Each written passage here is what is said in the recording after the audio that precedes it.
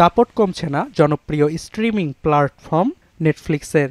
বর্তমান সময়ে বৈচিত্র্যে ভরা নানা কন্টেন্টের মাধ্যমে দর্শক শ্রোতাদের ব্যাপক প্রশংসা কুড়িয়েছে এই স্ট্রিমিং জায়ান্টটি।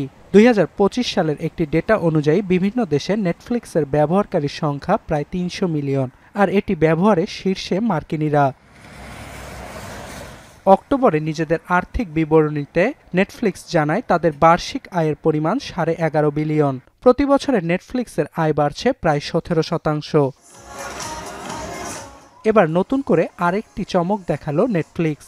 শুক্রবার সপ্তাহব্যাপী বিডিং যুদ্ধের পর মার্কিন প্রযোজনা প্রতিষ্ঠান ওয়ার্নার ব্রাদার্সের টিভি, ফিল্ম এবং স্ট্রিমিং বিভাগ $৭২ বিলিয়ন কিনেছে নেটফ্লিক্স। নিলামের পর এক প্রতিক্রিয়ায় ওয়ার্নার ব্রাদার্সের সিইও ডেভিড জাসব জানান, এর মধ্য দিয়ে এক প্রকার প্রজন্মগত পরিবর্তন ঘটবে। তবে সিদ্ধান্তটিকে ভালোভাবে নিচ্ছে না চলচ্চিত্র বিশেষজ্ঞরা। We see the whole media industry's landscape shrinking, going into the hands of big conglomerates. There is certainly reasons to be worried. তাজিওমাকিস আরও জানান, ওয়ার্নার ব্রাদার্সের শর্ত কেনার বিষয়ে দ্বিধাবিভক্তি রয়েছে দর্শকদের মাঝেও।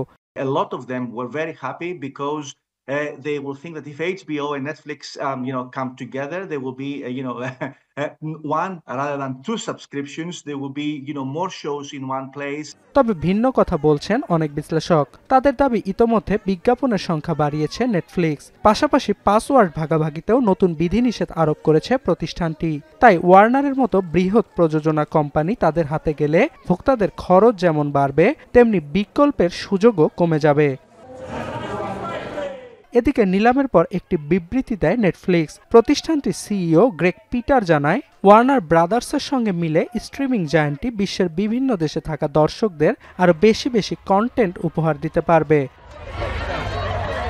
ওয়ার্নার অ্যান্ড ব্রাদার্সের শর্ত, নেটফ্লিক্সের কাছে গেলে হ্যারি পটার, ব্যাটম্যানের মতো চলচ্চিত্রগুলোর নিয়ন্ত্রণ পাবে নেটফ্লিক্স। এছাড়া গেম অফ থ্রোনসের মতো দর্শক নন্দিত টিভি সিরিজ স্ট্রিমিংয়েরও মালিকানা পাবে নেটফ্লিক্স। অর্ণব প্রসাদ, এখন বিশ্ব।